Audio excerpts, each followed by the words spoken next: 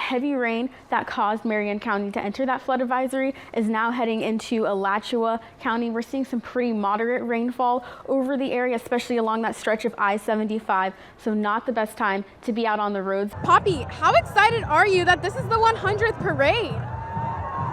Yeah, I'm excited. Destiny's excited. Poppy's excited. We have amazing energy out here. Might be time to turn the heater on. Oh, for sure. Yeah. It's been time to turn the heater on. Well, I don't know. It's got to hit a little threshold. You know, we've got plenty of blankets, layers, but I might turn the heater on tonight. All right. Well, you should because temperatures are going to be in the upper 30s tonight. Once you factor in that wind chill, you're going to want that heavier coat at the bus stop. That dominant flow from the north is leading to some minor flooding for the St. Johns River near Astor. In today's climate with increasing droughts, farmers here in Central Florida need a lifeline. Some of us are seeing blue skies and others are not. Here's a live look over Crystal River right now. We have a couple of showers just offshore, but we're really watching this system right along the coast coming off the Gulf of southeastern Texas. We're dry for now, but I am tracking those increased rain chances for your work week. We'll talk about the timing when I see you on the other side of the break.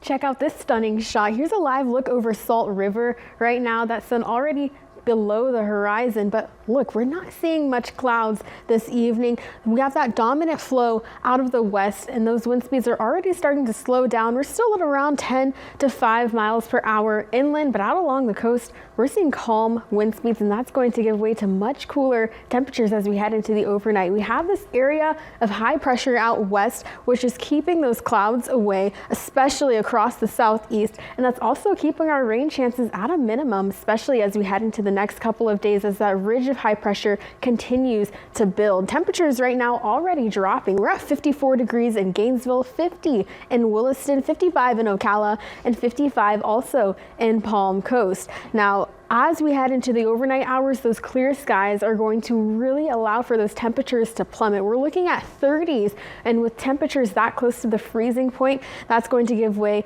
to some frost. We'll have a freeze warning for these areas in darker purple until tomorrow morning at 9 a.m. and then a frosted advisory for all of those areas in blue until tomorrow morning. So expect some frost as you wake up and definitely take those plants indoors or cover them tonight because we're looking at widespread 30s, 33 in Lake City, mid 30s as you get into the central part of North Florida, and low 40s further south, so well below average. Tonight could be one of the coldest nights, if not the coldest night of the season so far. Tomorrow, though, for New Year's Eve, it's going to be slightly less chilly, and then we're off to a cool and dry start to the new year. High temperatures tomorrow, not really making it out of the low and mid 60s, upper 50s to the north, so we're still going to be riding well below average. Over the next couple of days, we'll see that ridge of high pressure continue to build in. That's going to allow for lots of sunshine over the next couple of days and clear skies.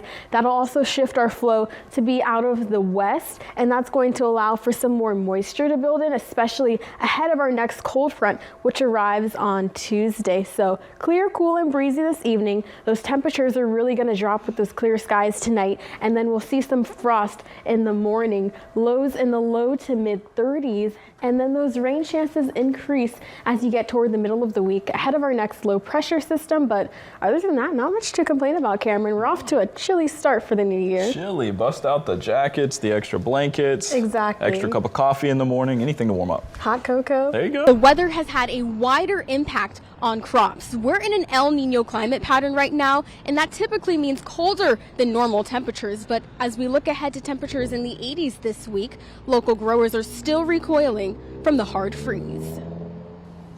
For farmers like Cody Galligan, making ends meet this winter has been difficult. And this winter has been actually one of the coldest winters we've experienced here since we've been farming for 14 years in Gainesville. The time it takes to prepare for a freeze event hurts Siembra Farm's production efforts. You know, maybe we just lost like 10-15% of our crop, but the overall winter, there's just the overall effect of having an extra cold winter is more substantial, where we're actually kind of like 40% behind schedule with just our growth in general. Cody sells his produce at local farmers markets. Lately, he hasn't had much to sell. Instead of selling one head of lettuce for a price, we're having to combine 2 heads to get that same price. Hard freeze events like this not only affect the farmer, The value of our crop is cut in half. but also the consumer. It could get pretty fun to kind of finagle through all of the covered plants in order to actually get something that somebody wanted to buy. Keaton Hannon says Garden Gate Nursery is fortunate enough to be able to bring plants inside or cover them with frost cloth. Most of the revenue loss was likely due to the employees needed to do all of this.